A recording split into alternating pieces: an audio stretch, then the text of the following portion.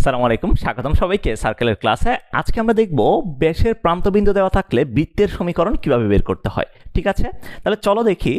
তোমাকে ধরো একটা সার্কেল দেওয়া আছে, এই সার্কেলটা। এখন বলছে এইটা একটা ব্যাস।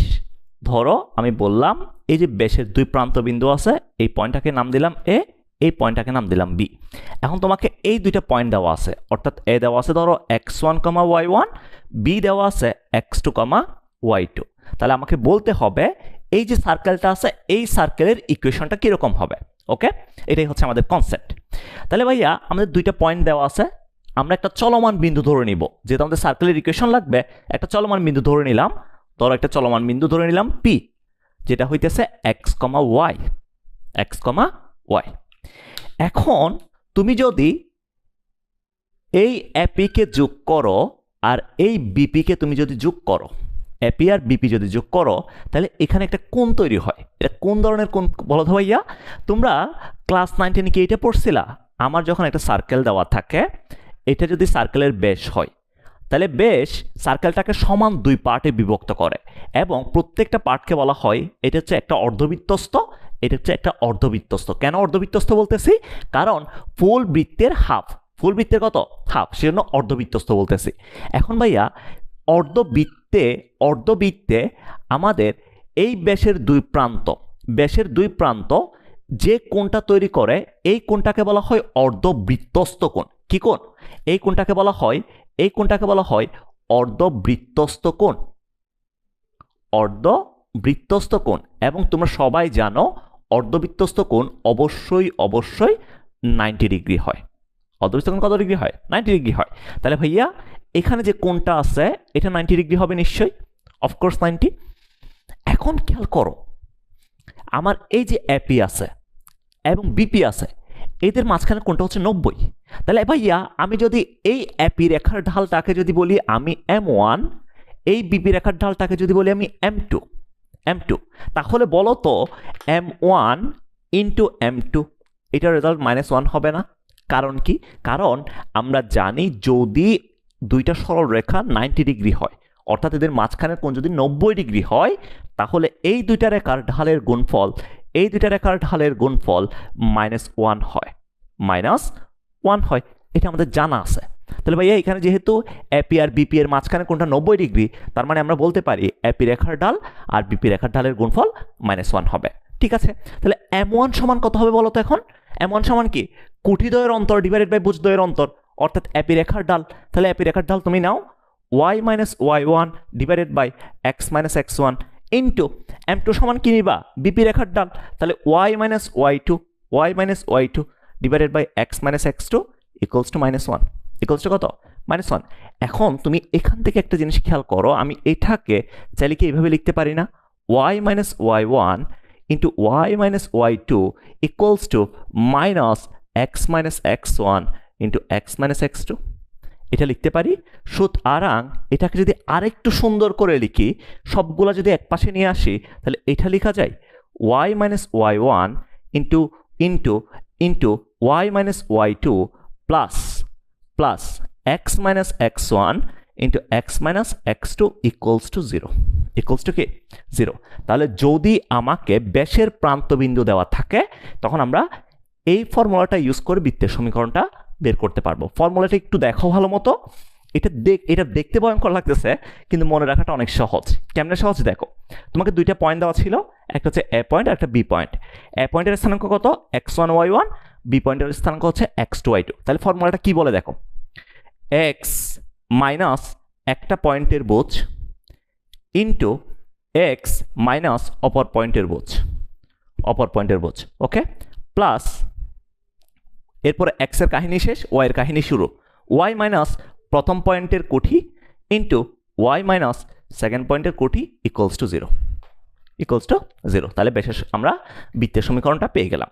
এখন একটা কথা আসতে পারে, ভাইয়া x1 y1 কাকে ধরবো, x2 y2 কাকে ধরবো? আমাদের কোয়েশ্চনের মধ্যে প্রথমে যে পয়েন্টটা থাকবে, প্রথম পয়েন্টটাকে আমরা ধরবো x1, y1 কোয়েশ্চনের মধ্যে। দ্বিতীয় পয়েন্ট যেটা থাকবে ওইটাকে আমরা ধরবো x2, y2। বুঝতে পেরেছো? তাহলে ভাইয়া এই টাইপের যদি ইকুয়েশন আসে বেশের প্রান্তবিন্দু দিয়ে আমাকে যদি বলে বৃত্তের সমীকরণ বের করো, তাহলে আমরা ডিরেক্টলি এই ফর্মুলাটা ইউজ করে আমরা বের করতে পারি। ঠিক আছে, এখানে টোটাল 2 টাইপের ম্যাথ আছে, এই কনসেপ্টের উপর বেস করে 2 টাইপের ম্যাথ আছে। আমি 2টা ম্যাথ দেখাইলে তুমি বুঝে যাবা আসলে তোমার কোন ম্যাথটা কিভাবে করতে হবে। ওকে, আমরা এখন ম্যাথগুলো দেখব। এখানে 2টা ম্যাথ দেওয়া হয়েছে, তুমি 2টা ম্যাথে দিয়ে খেয়াল করো। ম্যাথ নাম্বার 1 বলতেছে কি, প্রমাণ করো যে এই 2 বিন্দু 2টার সংযোগ রেখাকে ব্যাস ধরে অঙ্কিত বৃত্তের সমীকরণ। তাহলে ভাই আমরা কি বলতে পারি না, এই 2টা পয়েন্ট একটা ব্যাসের 2 প্রান্ত বিন্দু বলতে পারি। তাহলে আমরা এখান থেকে ডিরেক্টলি অ্যান্সার লিখে দিব এভাবে, অর্থাৎ এটা যখন সলিউশন করব তখন আমরা সলিউশনটা লিখবো এইভাবে। আমাদের যে ফর্মুলাটা ছিল ফর্মুলাটা অ্যাপ্লাই করবা। তাহলে এটা হইতেছে x1, y1, এটা হইতেছে x2, y2। তাহলে তুমি পরীক্ষায় কিভাবে লিখবা, তুমি পরীক্ষায় লিখবে এইভাবে, ধরি x1, y1 equals to -2, 3, x2, y2 equals to 3, -4। এরপর বলবা সুতরাং নির্ণেয় বৃত্তের সমীকরণ হইতেছে x মাইনাস প্রথমে x1 x minus x2 plus y minus y1 into y minus y2 equals to 0। Equals to কত? 0। এরপর x1 y1 এর মান বসাই দাও, তাহলে x মাইনাস x1 এর জায়গায় কত আসবে? -2, অর্থাৎ +2 হয়ে যাবে, ইন্টু x2 এর জায়গায় 3 আসবে, x minus 3 plus y minus y1 এর জায়গায় 3 আসবে, into y plus 4 equals to 0। এটাই আমাদের অ্যান্সার। বুঝতে পেরেছো? তাহলে যদি এই টাইপের ম্যাথ থাকে, অর্থাৎ তোমাকে ব্যাসের প্রান্তবিন্দু বলে দিছে, মূল নিয়ম কথাটা উল্লেখ করে নাই। কি কথাটা উল্লেখ করে নাই?